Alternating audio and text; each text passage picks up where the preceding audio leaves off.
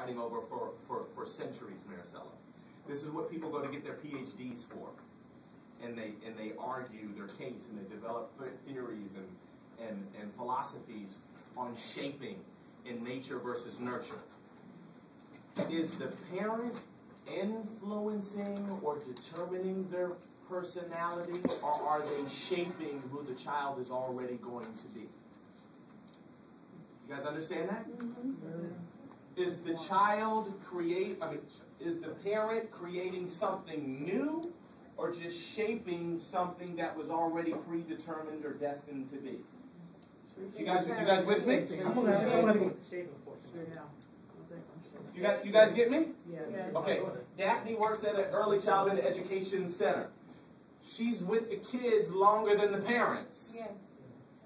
Okay.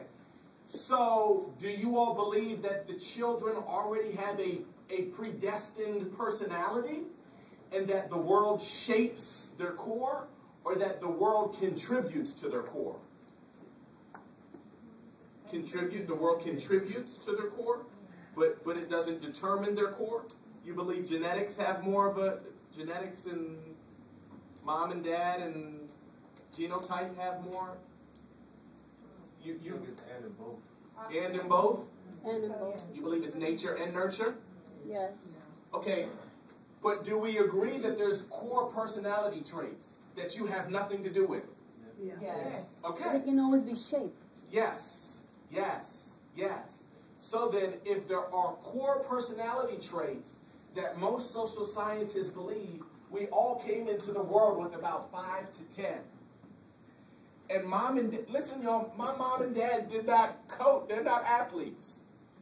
But they put me in environments to be athletic because they saw my core. Y'all with me? So they didn't.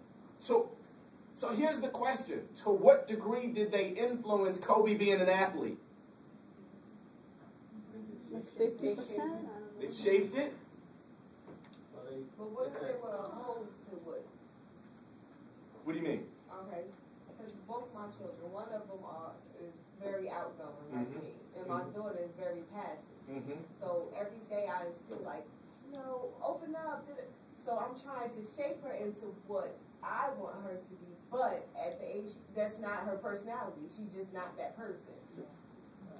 And they're both my children. They're both genetically from the same mate, but they're complete opposites. So to that point, listen. Guys, listen. I'm not sure. I don't have the answer. I'm not sure. I don't know what the answer is. I just kind of wanted to hear from you all. I think to Brandell's point, it's a perfect example of a parent trying to shape a personality characteristic that's not core. And her daughter is rejecting or resisting mom and dad trying to make her more assertive when she's just a little bit more passive and calm, and she's not as aggressive and or assertive as mom. I would agree with that. You would or would not agree? I would agree about it being about it shaping it, but the influence wise, I'm gonna have to say that personally for my daughter, I'm more of an influencer. I influence her person. A trait, her personality is more influence of mine.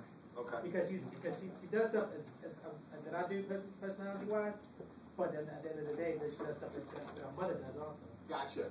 Let's look at what this, and then we'll close out. It says few parents have a single child rearing style that is consistent over time that they use with all children. All right. I was just counseling somebody the other day, and she was saying how her mother and her father really didn't know what they were doing when they had her. But then they kind of woke up, smelled the coffee, the light came on, and now they raise and train her younger brother completely different than the way that they trained and raised her because she was the first and they didn't really know what they were doing. So I said, what's your relationship with your little brother? She said, well, I love him, but he's a spoiled brat. And blah, blah, blah, blah. I said, well, why is he a spoiled brat? She said, well, they raised him completely different than they raised me. And I said, well, they learned on you. All the time. Yes. And as Jessica just said, or it's the other way around. It can be the other way around. What do you mean by that?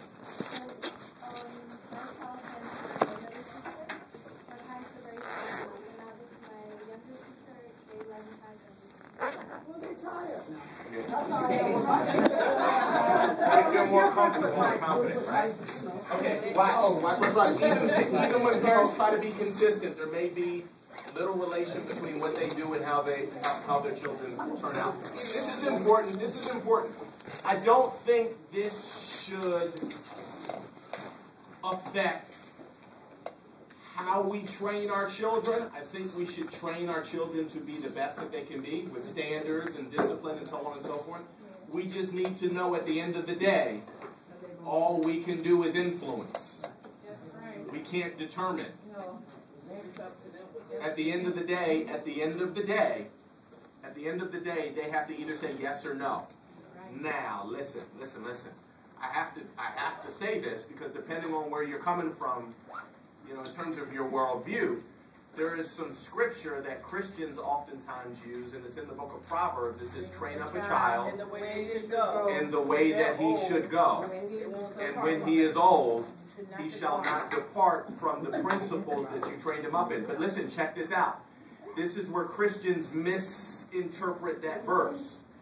In the Old Testament was written in Hebrew.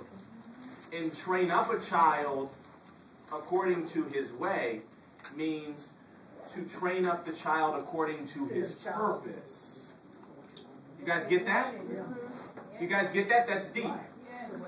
So in other words, my job is to train up my daughter Felicia according to what I see in her, and not according to what I want her to be. Y'all didn't. Yes. Well, some people take that differently. Like you train them away. It's in the Hebrew. The original text says, train up a child in his way. In his way. I mean, well, I look at it as train them up spiritually the way that you want them. I mean, I guess to make sure that they will have a belief in God. Well, that's not totally accurate. That's true, but it's talking about understanding and respecting the purpose that has